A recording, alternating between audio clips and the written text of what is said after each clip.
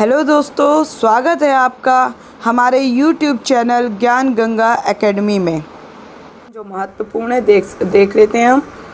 पहला प्रश्न है हमारा मोहम्मद औलाद बिलाल किस देश के प्रधानमंत्री नियुक्त किए गए? ऑप्शन ए है आपका केन्या, ऑप्शन बी है आपका कतर, ऑप्शन सी है आपका ट्यूनीशिया, ऑप्शन डी है आपका Mauritania. Right answer is Mauritania, option D. व्याख्या क्या है आपकी, देखते हैं इसमें प्रश्न की। मॉरिटानिया के राष्ट्रपति मोहम्मद औलाद गजानी ने मोहम्मद औलाद बिलाल को मॉरिटानिया के का नया प्रधानमंत्री नियुक्त किया है।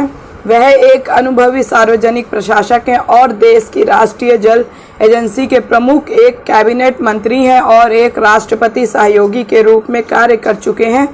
मोहम्मद औलाद बिलाल को इस्माइल औलाद शेख सीदिया और उनके पूरी सरकार के इस्तीफे के बाद मॉरिटानिया के प्रधानमंत्री के रूप में नियुक्त किया गया था। प्रश्न नंबर 2 है, देखते हैं। राजनीतिक समूह पूरे राज्य को छठी अनुसूची या अनुच्छेद 371 के दायरे में लाने की मांग कर रहे हैं। ऑप्शन ए है आपका उत्तर प्रदेश, ऑप्शन बी है आपका मध्य प्रदेश, ऑप्शन सी है आपका हिमाचल प्रदेश, ऑप्शन डी है आपका अरुणाचल प्रदेश। राइट आंसर आपका है ऑप्शन डी, अरुणाचल प्रदेश। व्याख्या देखते हैं। वर्तमान में अरुणाचल प्रदेश को संविधान की 5वीं अनुसूची के तहत रखा गया है। इसमें छठी अनुसूची की भांति देशज समुदायों के लिए विशेष अधिकार प्राप्त नहीं होते हैं। छठी अनुसूची स्वायत्तता क्षेत्रीय परिषद और स्वायत्तता जिला परिषदों के माध्यम से आदिवासी के अधिकारों की रक्षा का प्रावधान करती है। छठी अनुसूची में सम्मिलित होने से अरुणाचल प्रदेश के मूल निवासियों को सभी प्राकृतिक संसाधनों पर स्वामित्व अधिकार प्राप्त हो जाएंगे, जबकि अभी इन्हें मात्र संरक्षक के अधिकार प्राप्त है। अनुच्छेद 371 ए में कहा गया है कि संसद का कोई अधिनियम राज्य में कोई क्षेत्र में तब तक लागू नहीं होगा जब तक कि राज्य विधानसभा एक प्रस्ताव द्वारा निर्णय नहीं लेती। नागालैंड अनुच्छेद 371 ए द्वारा शासित है। प्रश्न नंबर 3 देखते हैं। ग्रामोदय बंधु मित्र पुरस्कार से हाल ही में किस व्यक्ति को सम्मानित किया गया है?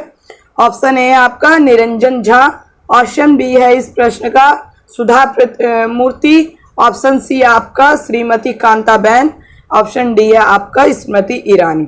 राइट आंसर जो है आपका वो ऑप्शन बी है सुधा मूर्ति। व्याख्या देखते हैं प्रश्न की। इंफोसिस फाउंडेशन की अध्यक्षता सुधा मूर्ति को ग्रामोदय बंधु मित्र पुरस्कार से सम्मानित किया गया है। अन्य व्यक्तियों जिनको पुरस्कार से सम्मानित किया गया है वह एग्री एंड आईटी बिजनेस के समूह प्रमुख शिव कुमारी सुरम पुदी, गोविंदा राजुलू चिंताला, नाबार्ड के अध्यक्ष पद्म भूषण विजय भटकर, कुसुम राजमौली, तेलंगाना में गंगा देवी पल्ली के पूर्व सरपंच ब्रिग पौगुला, गणेशम पाल सृजना के संस्थापक विलास सिंधे, निर्देशक सहादरी फॉर्म और पद्मश्री एसपी वर्मा हैं। चलिए प्रश्न नंबर 4 देखते हैं। ताइवान ने F-16 जेट की खरीद के लिए किस देश के साथ समझौता किया है?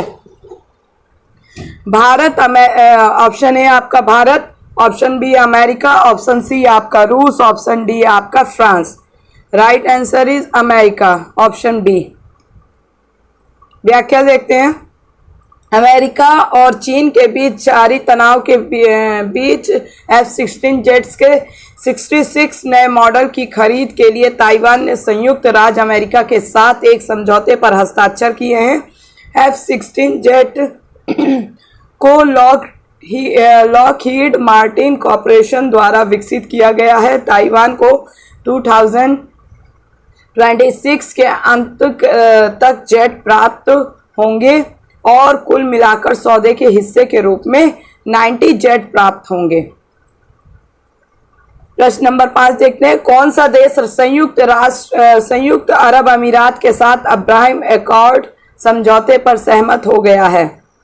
ऑप्शन ए है आपका इजराइल, ऑप्शन बी है आपका फिलिस्तीन, ऑप्शन सी है आपका भारत, ऑप्शन डी है आपका मिस्र।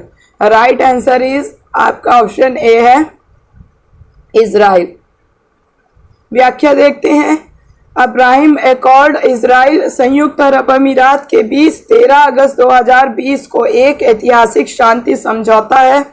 इस सौदे के अनुसार इजराइल कब्जे वाले वेस्ट बैंक फिलिस्तीन पर कब्जा करने की अपनी योजनाओं को रोक देगा और संयुक्त अरब अमीरात औपचारिक रूप से इजराइल राज्य को मान्यता देगा। इजराइल के साथ शांति समझौते पर हस्ताक्षर करने के लिए यूएई पहला फारस की खाड़ी वाला देश और मिस्र और जॉर्डन के बाद तीसरा अरब देश होगा। इजराइल ने संयुक्त अरब अमीरात और अन्य अरब और मुस्लिम देशों के संबंधों को आसान बनाने के लिए जॉर्डन घाटी और जुड़िया सामरिया के कुछ हिस्सों पर संप्रभुता के अपने नियोजित विस्तार को निलंबित करने पर सहमति व्यक्त की है। प्रश्न नंबर 6 देखते हैं। कोविड-19 वैक्सीन की खरीद और प्रबंधन पर राष्ट्रीय विशेषज्ञ समिति का अध्यक्ष नियुक्त किया गया है। किसे किया गया है? Doctor VK Paul, option A. Option B है doctor OP Sharma, option C है आपका श्रीपद नाइक, ऑप्शन डी है हर्षवर्धन। राइट आंसर जो है वो ऑप्शन ए है आपका डॉक्टर वीके पॉल। व्याख्या देखते हैं। नीति आयोग के सदस्य डॉक्टर वीके पॉल को कोविड-19 वैक्सीन की खरीद और प्रबंधन पर राष्ट्रीय विशेषज्ञ समिति का अध्यक्ष नियुक्त किया गया है। समिति कोविड-19 वैक्सीन की खरीद और प्रबंधन के नैतिक और रसद पहलुओं पर विचार करेगी। यह समिति वैक्सीन निर्माताओं और राज्य सरकारों सहित विभिन्न हितधारकों के साथ जुड़ेगी और इसके विकास के बाद वैक्सीन प्रबंधन की प्राथमिकता पर रणनीति तैयार करेगी। प्रश्न नंबर 7 देखते हैं। विश्व अंगदान दिवस किस तिथि को मनाया जाता है? ऑप्शन ए है आपका 12 अगस्त, ऑप्शन बी आपका 16 अगस्त, ऑप्शन सी आपका 13 अगस्त और ऑप्शन डी आपका 14 अगस्त। राइट आंसर है जो 13 अगस्त है। व्याख्या देखते हैं। विश्व अंगदान दिवस 13 अगस्त को मनाया जाता है। विश्व अंगदान दिवस का उद्देश्य अंगदान के महत्व के बारे में लोगों में जागरूकता बढ़ाना और मृत्यु के बाद लोगों को अंगदान करने के लिए प्रेरित करना। प्रश्न नंबर 8 देखते हैं। Our only home a climate appeal to the world नामक पुस्तक के लेखक कौन है? एक बार प्रश्न देखिए, इंपॉर्टेंट है ये। Our only home a climate appeal to the world नामक पुस्तक के लेखक कौन है? ऑप्शन ए आपका दलाई लामा, ऑप्शन बी आपका नरेंद्र मोदी, ऑप्शन सी आपका बराक ओबामा, ऑप्शन डी आपका इमरान खान। राइट आंसर जो है वो आपका है ऑप्शन ए दलाई लामा। व्याख्या देखते हैं। दलाई लामा जलवायु परिवर्तन पर लिखी गई एक पुस्तक का विमोचन करेंगे और तिब्बती बौद्ध के आध्यात्मिक नेता 14वें दलाई लामा है। उन्हें 1989 में उनके काम के लिए नोबेल शांति पुरस्कार से सम्मानित किया गया था। दलाई लामा की किताब our only home a climate appeal to the world में दलाई लामा ने राजनीतिक निर्णय लेने वालों से जलवायु परिवर्तन के मुद्दे पर गतिरोध और बिना जानकारी से लड़ने और एक अलग एवं जलवायु के अनुकूल दुनिया और युवा पीढ़ी के लिए अपने भविष्य को फिर से हासिल करने के अधिकार पर जोर देने की अपील की है। प्रश्न नंबर 9 देखते हैं। हाल ही में किस बैंक ने शौर्य केजीसी कार्ड लॉन्च किया है? ऑप्शन ए है Yes Bank, option B SBI bank, option C HDFC, option D आपका आईसीआईसीआई। राइट आंसर जो है आपका है ऑप्शन सी एचडीएफसी बैंक ने। व्याख्या देखते हैं। एचडीएफसी बैंक ने शौर्य केजीसी कार्ड लॉन्च किया है। शौर्य केजीसी कार्ड सशस्त्र बलों के लिए लॉन्च किया है। इस कार्ड के इस्तेमाल से कृषि कार्य से जुड़ी जरूरतों और फाइनेंस की सुविधा प्राप्त करना है। प्रश्न नंबर 10 देखते हैं। एरो 2 बैलिस्टिक मिसाइल इंटरसेप्टर का परीक्षण हाल ही में किस देश ने किया है? ऑप्शन ए आपका चीन, ऑप्शन बी आपका इराक, ऑप्शन सी आपका इजराइल और ऑप्शन डी आपका उत्तर कोरिया। राइट आंसर जो है ऑप्शन सी है वो आपका इजराइल।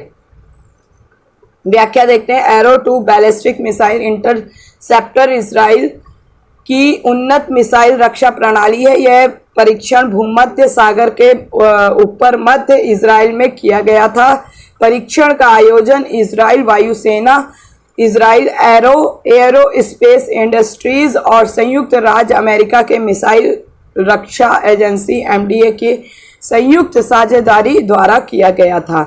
दोस्तों, अगर आप मेरे चैनल में नए हैं तो इस चैनल को सब्सक्राइब करना मत भूलिएगा, बेल आइकन जरूर क्लिक कर दीजिएगा, जिससे कि नेक्स्ट वीडियो की नोटिफिकेशन आप तक सही समय तक पहुंच जाए और वीडियो भी आप सही समय तक देख सकें।